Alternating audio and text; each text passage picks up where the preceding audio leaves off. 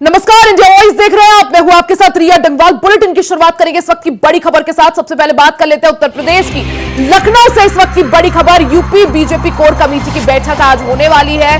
CM योगी की अध्यक्षता में बैठक होगी। इसमें दोनों डिप्टी सीएम केशव प्रसाद मौर्य और ब्रजेश पाठक शामिल रहेंगे। साथ ही बीजेपी के प्रदेश अध्यक्ष भूपेंद्र सिंह चौधरी भी सीएम आवास पर मौजूद रहेंगे। एमएलसी की एक सीट को लेकर इस दौरान चर्चा होगी। तो एक बड़ी खबर आपको बता दें, उत्तर प्रदेश से बड़ी खबर, जहां बीजेपी कोर कमेटी की बैठक आज होने वाली है। इस बैठक की अध्यक्षता मुख्यमंत्री योगी आदित्यनाथ करेंगे।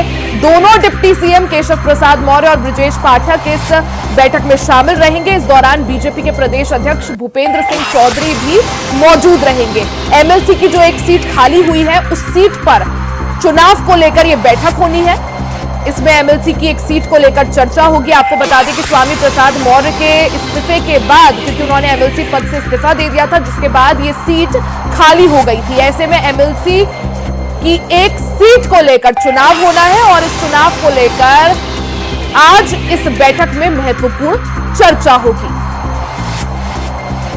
तो बीजेपी कोर कमेटी की बैठक आज लखनऊ में सीएम आवास पर होने वाली है। मुख्यमंत्री योगी आदित्यनाथ इस बैठक की अध्यक्षता करेंगे। इस बैठक में दोनों deputy chief minister Keshav Prasad Maurya और ब्रजेश पाठक भी मौजूद रहेंगे। साथ ही बीजेपी प्रदेश अध्यक्ष भूपेंद्र सिंह चौधरी भी मौजूद रहेंगे। आपको बता दें कि बीते दिनों जिस तरह से हमने देखा लोकसभा चुनाव में बीजेपी का जो खराब प्रदर्शन था, जिसमें महज 80 में से 33 सीटों पर भारतीय जनता पार्टी सिमट कर रह गई थी, इस लोकसभा चुनाव के नतीजों के बाद से बीजेपी की टेंशन उत्तर प्रदेश ने बढ़ा दी है। जिस तरह से बीजेपी ने यूपी में अपना जन आधार थोड़ा खोया है, खराब प्रदर्शन जिस तरह से लोकसभा चुनाव में रहा, उसके बाद से ही यूपी बीजेपी में खलबल मची हुई है। इस दौरान आज लखनऊ में मुख्यमंत्री योगी आदित्यनाथ की अध्यक्षता में बीजेपी कोर कमेटी की बैठक होनी है। इस बैठक की अध्यक्षता खुद मुख्यमंत्री योगी आदित्यनाथ करेंगे। उनके साथ बीजेपी प्रदेश अध्यक्ष भूपेंद्र सिंह चौधरी भी मौजूद रहेंगे। साथ में दोनों deputy chief minister Keshav Prasad Maurya और ब्रजेश पाठक भी मौजूद रहेंगे। इस बैठक में आगामी चुनावों को लेकर चर्चा होगी, जिसमें यूपी में जिस तरह से एक एमएलसी की सीट खाली हुई है, उस पर चुनाव होना है, उसको लेकर चर्चा की जाएगी। नाम जो है वो तय किया जाएगा, रणनीति तय करी जाएगी। साथ ही अगर बात करें जिस तरह से उत्तर प्रदेश में 10 सीटों पर उपचुनाव होना है, क्योंकि लोकसभा चुनाव के दौरान 10 विधानसभा सीटें खाली हुई थी, जो विधायक जीतकर संसद पहुंचे। ऐसे में जो 10 सीटें खाली हुई है, उन 10 सीटों पर उपचुनाव होना है और उपचुनाव को लेकर भी बीजेपी पूरी तरह से कोशिश यही करेगी कि पूरा जो खेल है वो अपने पाले में कर सके। ज्यादा जानकारी के लिए सीधा रुख कर लेते हैं संवाददाता कृष्णा मिश्रा का। कृष्णा, जिस तरह से लोकसभा चुनाव के परिणाम आने के बाद से ही उत्तर प्रदेश भारतीय जनता पार्टी में खलबल मची हुई है। ऐसे में जिस तरह से एक एमएलसी की सीट खाली है, उस पर चुनाव होना है और साथ ही जिन 10 सीटों पर उपचुनाव होना है, उसको लेकर रणनीति बनना शुरू हो गई है। बीजेपी कोर कमेटी की आज यूपी में बैठक, कितने बजे बैठक शुरू होगी, क्या कुछ इस बैठक को लेकर जानकारी और अपडेट? देखिए रिया, जो है आज भारतीय जनता पार्टी यूपी की कोर कमेटी की बैठक है। बैठक 5 बजे बैठक प्रस्तावित है और उत्तर प्रदेश की एक एमएलसी सीट पे चुनाव होना है, जिसको लेकर आज भारतीय जनता पार्टी की कोर कमेटी की बैठक हो रही है। मुख्यमंत्री आवास पर यह बैठक होगी। इसमें जो है उत्तर प्रदेश के दोनों डिप्टी सीएम होंगे और उत्तर प्रदेश के अध्यक्ष होंगे और तमाम जो ऐसे बड़े नेता भी होंगे जो इस बैठक में शामिल होंगे। कहीं ना कहीं भारतीय जनता पार्टी आने वाले जो है विधानसभा जो चुनाव होने हैं, वो विधानसभा चुनाव, उस पर भी चर्चाएं करेगी। और ये बैठक काफ़ी अहम इसलिए भी मानी जा रही है क्योंकि इस बैठक के बाद जो है भारतीय जनता पार्टी की जो है संगठन की बैठक भी प्रस्तावित है, तो उसको देखते हुए इस बैठक को काफ़ी अहम माना जा रहा है। भारतीय जनता पार्टी लगातार ऐसे गुलागणित बैठाने में लगी हुई है कि किस तरीके से अपने एक एमएलसी को और विधान परिषद पहुंचाया जाए। तो वहीं पर आज 5 बजे बैठक जो मुख्यमंत्री आवास पर प्रस्तावित है, उसके बाद जो है भारतीय जनता पार्टी के संगठन की बैठक भी उत्तर प्रदेश में होनी है। तो इसी वजह से इस बैठक को काफ़ी अहम भी माना जा रहा है। इसमें दोनों डिप्टी सीएम होंगे, प्रदेश के जो अध्यक्ष हैं भूपेंद्र चौधरी, वो भी इस बैठक में शामिल होंगे और तमाम रणनीति बनाई जाएगी कि किस तरीके से जो है आने वाले जो 10 विधानसभा चुनाव होने हैं, उपचुनाव में भी किस तरीके से प्रत्याशी जिस तरह से लोकसभा चुनाव के परिणाम भारतीय जनता पार्टी के लिए काफी ज्यादा निराशाजनक रहे, क्योंकि 80 में से महज 33 सीटों पर बीजेपी सिमट कर रह गई, जनाधार बीजेपी ने यहां पर खोया। ऐसे में जिस तरह से जो एक एमएलसी सीट के लिए यहां पर चुनाव होना है और आगे उसके बाद देखें जो आगामी चुनाव, जिन 10 विधानसभा सीटों पर चुनाव है उसको देखते हुए गर्मागर्मी पूरी तरह से बरकरार है। ऐसे में किस तरह से रणनीति बनाने की तैयारी, क्योंकि जिन 10 सीटों पर उपचुनाव है उन 10 में से 5 सीटों पर बीजेपी का कब्जा था, अब किस तरह से उसे बढ़ाया जाएगा। और साथ ही जो एक एमएलसी की सीट खाली हुई थी स्वामी प्रसाद मौर्य के इस्तीफे के बाद, समाजवादी पार्टी के कोटे की वो सीट है, किस तरह से रणनीति बनाई जाएगी ताकि आगे जो प्रदर्शन है वो बेहतर हो सके और एक स्पष्ट संदेश देने की कोशिश की जा सके। देखिए रिया, भारतीय जनता पार्टी लगातार इसी जुगत में लगी हुई है कि किस रणनीति के आधार पे जो है उपचुनाव में जाया जाए, क्योंकि जिस तरीके से लोकसभा के चुनाव में भारतीय जनता पार्टी के हाथ में उत्तर प्रदेश में निराशा लगी है, कहीं ना कहीं ये बड़ी वजह रही है कि भारतीय जनता पार्टी पूर्ण बहुमत की सरकार बनाने में असमर्थ रही है। तो इसमें जो आज बैठक होनी है, ये बैठक आज शाम को 5 बजे मुख्यमंत्री आवास पे बैठक होगी और साथ ही साथ भारतीय जनता पार्टी जातीय समीकरण को भी साधने की पूरी कोशिश कर रही है, क्योंकि भारतीय जनता पार्टी जिस तरीके से समाजवादी पार्टी के मुखिया अखिलेश यादव, उन्होंने पीडीए का एक समीकरण बनाया और उस समीकरण के आधार पर वो प्रदेश में चुनाव लड़े और वो 10 सीटों से जो है लगभग जो है 2.5 दर्जन से 3 दर्जन सीटों के करीब वो पहुंचे। तो इससे ये जो भारतीय जनता पार्टी अब ये प्रयास भी कर रही है कि किस तरीके से जातीय समीकरण को साधा जाए, क्योंकि कहीं ना कहीं भारतीय जनता पार्टी के हाथ से जो पिछड़ा और दलित वर्ग है, जो एक बड़ा वर्ग भारतीय जनता पार्टी से 2017-2014 के चुनाव में भारतीय जनता पार्टी से जुड़ा दिखाई पड़ रहा था, वो कहीं ना कहीं भारतीय जनता पार्टी से अब अलग जाता हुआ दिखाई दे रहा है। तो भारतीय जनता पार्टी की जो बैठक है आज, कोर कमेटी की बैठक के बाद भारतीय जनता पार्टी संगठन की भी बैठक करने वाली है और संगठन के बैठक में भारतीय जनता पार्टी के संगठन के पदाधिकारी रहेंगे कि किस तरीके से संगठन को और मजबूत किया जाए। जातीय समीकरण भी भारतीय जनता पार्टी तैयार करेगी, क्योंकि भारतीय जनता पार्टी को इस बार जो निराशा हाथ लगी उसमें कहीं ना कहीं जो दलित वोट थे, जो ओबीसी वोट बैंक था, वो भारतीय जनता पार्टी से कहीं ना कहीं जिस तरह से अखिलेश यादव जो पीडीए का फॉर्मूला लेकर उन्होंने लोकसभा चुनाव लड़ा, वो बिल्कुल सटीक साबित हुआ। साथ में अखिलेश और राहुल की जोड़ी ने भी कमाल करके दिखाया। वहीं जिस तरह से 10 विधानसभा सीटों पर उपचुनाव होना है और बीजेपी अगर एनडीए की बात करे तो चाहे जयंत चौधरी की पार्टी हो, संजय निषाद की पार्टी हो या फिर सुभा सपा हो, ये सभी गठबंधन में यहां पर है। तो क्या माना जाए, क्या इसमें भी सीट बंटवारा कुछ हो पाएगा? क्योंकि कोशिश यही की जाएगी, जो बीजेपी के जो घटक दल है उनकी तरफ से कोशिश यही की जाएगी कि बीजेपी के जो सहयोगी पार्टी है वो भी यहां पर अपनी हिस्सेदारी की डिमांड यहां पर करेंगे। तो किस तरह से आखिर फॉर्मूला कैसे सेट किया जाएगा? देखिए रिया, जो है ये साफ हो चुका है कि भारतीय जनता पार्टी के जो सहयोगी दल हैं, अगर बात करें भारतीय सोहेल देव समाज पार्टी के जो मुखिया हैं ओम प्रकाश राजभर, उनके हाथ भी निराशा लगी है। उनका खुद का लड़का चुनाव लड़ा था, वो लोकसभा चुनाव हार गया है। अगर संजय निषाद की बात करें तो संजय निषाद भी चुनाव हार चुके हैं। तो ऐसे में संजय निषाद और ओम प्रकाश राजभर जो ये 2-3 सहयोगी दल हैं उत्तर प्रदेश में भारतीय जनता पार्टी की, ये कुछ जो है हावी होते हुए भारतीय जनता पार्टी पर अब नहीं दिखाई पड़ेंगे, क्योंकि इन दोनों नेताओं का साफ तौर पर कहना था कि इनका एक बड़ा जनाधार है। लेकिन जिस तरीके से ये दावे कर रहे थे इनके जो सहयोगी दल थे भारतीय जनता पार्टी के, वो दावे सिर्फ जो है हवाई रह गए। जमीनी स्तर पे वो दावे एकदम विफल साबित हुए और इन दोनों नेताओं के जो इनके सहयोगी दल हैं, उनके दोनों नेताओं के दोनों जो पार्टी थी, उन दोनों पार्टी के नेताओं को जो है हार का सामना करना पड़ा। तो ऐसे में भारतीय जनता पार्टी अब कोई ऐसा कदम नहीं उठाएगी कि जिससे जो होने वाला 10 सीटों पर बीजेपी के आगे यहाँ पर काफी बड़ा चैलेंज, क्योंकि एक एमएलसी सीट के लिए चुनाव होना है, साथ ही 10 सीटों पर उपचुनाव होना है। ऐसे में चैलेंज यही कि किस तरह से जनाधार को बढ़ाया जा सके और वो जो जीता हुआ गढ़ है उस पर फिर से एक बार फतह कैसे करी जा सके। इसी को देखते हुए बीजेपी की आज महत्वपूर्ण बैठक। हालांकि बैठक के बाद क्या कुछ रणनीति बनती है उस पर सभी की निगाह। कृष्णा, बहुत बहुत शुक्रिया आपका जानकारी के लिए।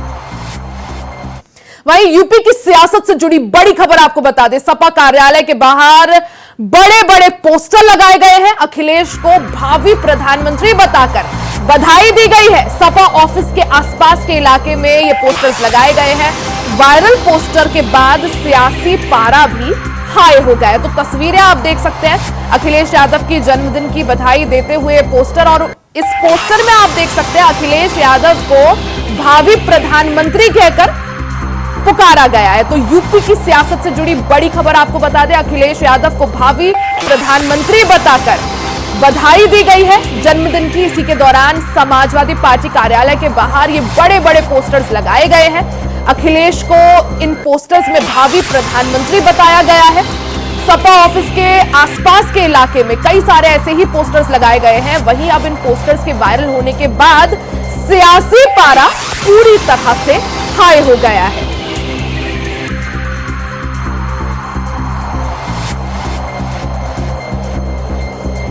तो जहां 18वीं लोकसभा की नई सरकार बन चुकी है, प्रधानमंत्री नरेंद्र मोदी सरकार चला भी रहे हैं, अभी विशेष सत्र चल ही रहा है और राहुल गांधी ने जहां नेता प्रतिपक्ष की या नेता विपक्ष का पद संभाल लिया है और अखिलेश यादव की भी अब राष्ट्रीय राजनीति में एंट्री हो चुकी है, तो वहीं दूसरी तरफ यूपी से ये तस्वीरें आपको दिखा रहे हैं जहां समाजवादी पार्टी कार्यालय के बाहर बड़े बड़े पोस्टर्स लगाए गए हैं। अखिलेश यादव को जन्मदिन की बधाई देते हुए उन्हें भावी प्रधानमंत्री लिखा गया है। तो सपा ऑफिस के आसपास के इलाके में ऐसे कई सारे पोस्टर्स हैं, आपको तस्वीर दिखा रहे हैं किस तरह से। आप देख सकते हैं पोस्टर में लिखा गया है कि भावी प्रधानमंत्री आदरणीय श्री अखिलेश यादव जी को जन्मदिन की हार्दिक शुभकामनाएं, यानी जन्मदिन की बधाइयां तो दी ही गई है, साथ में भावी प्रधानमंत्री भी उन्हें बोला गया है। ऐसे में इन पोस्टर्स के वायरल होने के बाद से ही सियासी पारा पूरी तरह से हाई हो गया है। जानकारी के लिए सीधा रुख कर लेते हैं संवाददाता मोहम्मद आसिफ का। मोहम्मद आसिफ, एक तरफ जहां प्रधानमंत्री नरेंद्र मोदी ने सरकार चलाना शुरू कर दिया है, 18वीं लोकसभा का जो पहला सत्र है वो इस दौरान चल रहा है, राहुल गांधी नेता प्रतिपक्ष बन चुके हैं। वहीं दूसरी तरफ अखिलेश यादव की भी दिल्ली में एंट्री हो चुकी है और इसी बीच सपा कार्यालय के बाहर अखिलेश यादव के पोस्टर जिनमें उन्हें भावी प्रधानमंत्री कहा गया, किस तरह से सियासी जो है पारा इस सब चीज ने हाई कर दिया है। जी बिल्कुल लिया, जिस तरह से समाजवादी पार्टी प्रमुख अखिलेश यादव के जन्मदिन को लेकर एक पोस्टर सपा दफ्तर के बाहर लगाया गया और उसमें लिखा गया है कि भावी प्रधानमंत्री, यानी कि कहीं न कहीं जिस तरह से मंजीत यादव ने जो सपा नेता है उसने अखिलेश यादव को लेकर भावी प्रधानमंत्री का पोस्टर लगाया, लेकिन गौर करने वाली बात यह है कि अक्सर सपा दफ्तर के बाहर सपा प्रमुख अखिलेश यादव को प्रधानमंत्री बनाने को लेकर उनके नेता पोस्टर लगाते रहते हैं। लोकसभा चुनाव में भी ऐसा ही पोस्टर लगाया गया था और बाद में हटा दिया गया, लेकिन अब यह पोस्टर राजनीतिक गलियारों में हलचल सी मची हुई है, क्योंकि प्रधानमंत्री का चुनाव भी हो चुका है। पीएम नरेंद्र मोदी पीएम बन चुके हैं और साथ ही साथ नेता प्रतिपक्ष का भी चुनाव हो चुका है।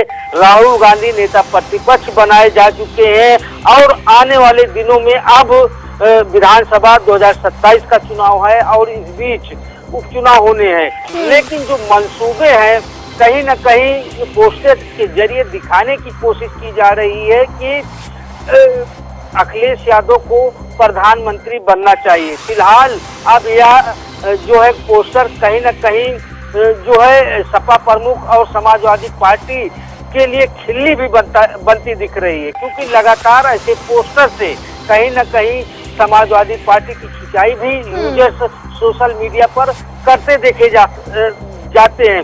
लेकिन जो चुनावी गुड़ागड़ित जो चुनावी समीकरण है और दिल्ली की सियासत का रुख कर चुके हैं सपा प्रमुख अखिलेश यादव, तो यह साफ तौर पर कहा जाता है। बिल्कुल मोहम्मद आसिफ, दिल्ली की सियासत का भले ही रुख यहाँ पर अखिलेश यादव ने जरूर किया हो, लेकिन गौर करने वाली बात यही है कि हालांकि समाजवादी पार्टी तीसरी सबसे बड़ी पार्टी बनकर, क्योंकि 37 जो है लोकसभा सीटें उन्होंने जीती, बीजेपी और कांग्रेस के बाद तीसरी सबसे बड़ी पार्टी समाजवादी पार्टी है, लेकिन प्रधानमंत्री तो दूर की बात, नेता विपक्ष तक अभी अखिलेश यादव बनने की स्थिति में नहीं है और उसके बाद ऐसे पोस्टर सामने आना क्या समझा जाए? जी बिल्कुल, कहीं न कहीं जो यह पोस्टर लगा है और इससे पहले भी पोस्टर लग चुका है अखिलेश यादव को प्रधानमंत्री बनाने का, तो जो पोस्टर लगते रहते हैं इससे कहीं न कहीं खिल्ली भी समाजवादी पार्टी की उड़ाई जा रही है, क्योंकि जो वर्तमान में राजनीतिक जो समीकरण है सारे समीकरण खुल चुके हैं और हालांकि फिलहाल जिस तरह से देश में तीसरे नंबर की पार्टी समाजवादी पार्टी बनी, इससे जोश काफी हाई है। सपा सपा और सपा कार्यकर्ताओं का। बिल्कुल मोहम्मद आसिफ, जहां 18वीं लोकसभा का गठन हो गया है, प्रधानमंत्री नरेंद्र मोदी के नेतृत्व में सरकार चल रही है और ऐसे में जहां राहुल गांधी नेता विपक्ष की भूमिका निभा रहे हैं, वहीं अब अखिलेश यादव को भावी प्रधानमंत्री बोलते हुए पोस्टर्स वायरल होना आखिर किस तरह से सियासी हलचल बढ़ाते हैं, किस तरह से समीकरण बदलते हैं, उस पर सभी की निगाहें। मोहम्मद आसिफ, बहुत बहुत शुक्रिया जानकारी के लिए। वहीं वाराणसी से खबर बता दें, काशी विद्यापीठ में मोबाइल लेकर परीक्षा दे रहे हैं छात्र। मोबाइल लेकर परीक्षा देते हुए छात्रों का वीडियो वायरल हुआ है। विश्वविद्यालय प्रशासन ने इस दौरान जांच के आदेश दे दिए हैं। पत्रकारिता प्रथम सेमेस्टर के बताए जा रहे हैं सभी छात्र और इंडिया वॉइस हालांकि इस वायरल वीडियो की पुष्टि नहीं करता है। वीडियो आपको आपकी टीवी स्क्रीन पर दिखा रहे हैं, आप देख सकते हैं कि छात्रों की परीक्षा चल रही है और इस दौरान वाराणसी से ये पूरी खबर, जहां काशी विद्यापीठ विश्वविद्यालय में परीक्षा चल रही है और छात्र जो है मोबाइल के साथ परीक्षा देते हुए दिखाई दे रहे हैं, वीडियो बनाते हुए दिखाई दे रहे हैं। ऐसे में ये वीडियो भी वायरल हो रही है। हालांकि इंडिया वॉइस इस वीडियो की पुष्टि नहीं करता है, लेकिन इस वीडियो के सामने आने के बाद स्कूल प्रबंधन ने, स्कूल प्रशासन ने जो है वीडियो का संज्ञान लिया है और जांच के आदेश यहां पर दे दिए हैं। सीधा रुख कर लेते हैं संवाददाता धर्मेंद्र पांडे का। धर्मेंद्र, जिस तरह से पूरा वीडियो सामने आ रहा है जिसमें जो छात्र हैं वो मोबाइल के जरिए परीक्षा देते हुए यहां पर दिखाई दे रहे हैं, अब इसके बाद काशी विद्यापीठ का ये पूरा वीडियो, क्या कुछ इस मामले में, क्या जानकारी, क्या अपडेट?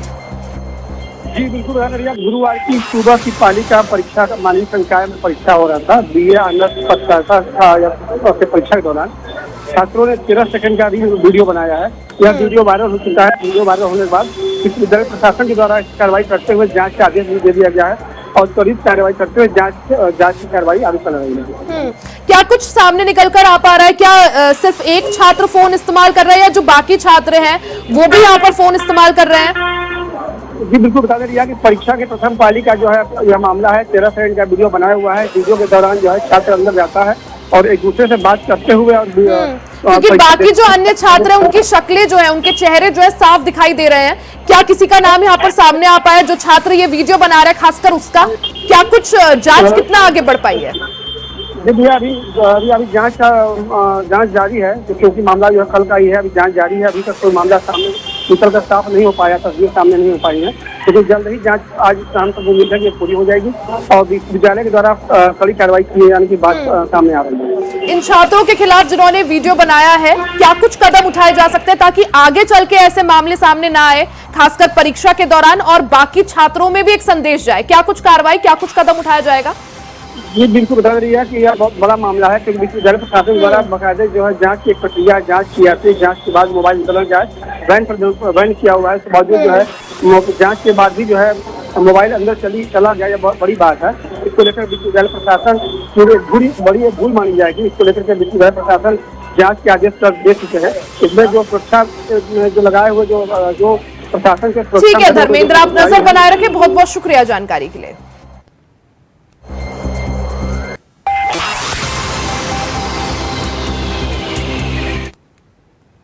वहीं जालौर भिनमाल के एक युवक की चीन में हत्या कर दी गई। अपहरण कर परिवार वालों से 1 करोड़ फिरौती मांगी गई थी। चाइना से शव भारत लाने की सरकार से इस दौरान परिजनों ने गुहार लगाई है। सांसद चौधरी के साथ विदेश मंत्री से परिवार मिला है। तो ये तस्वीर आपको इस युवक की दिखा रहे हैं, जहां जालौर भीनमाल के एक युवक की चीन में हत्या कर दी गई। पहले युवक का अपहरण किया गया, उसके बाद उसके परिवार से 1 करोड़ फिरौती मांगी गई। इस दौरान चाइना से शव भारत लाने की सरकार से जो पीड़ित परिवार है वो गुहार लगा रहा है। इस दौरान सांसद से और विदेश मंत्री से भी परिवार ने मुलाकात की है। तो जालौर से पूरा मामला, जहां एक भारतीय युवक की चीन में पहले हत्या कर दी गई। बता दें कि पहले उसका अपहरण किया और फिर उसके परिवार को निशाना बनाते हुए 1 करोड़ फिरौती इस दौरान मांगी गई।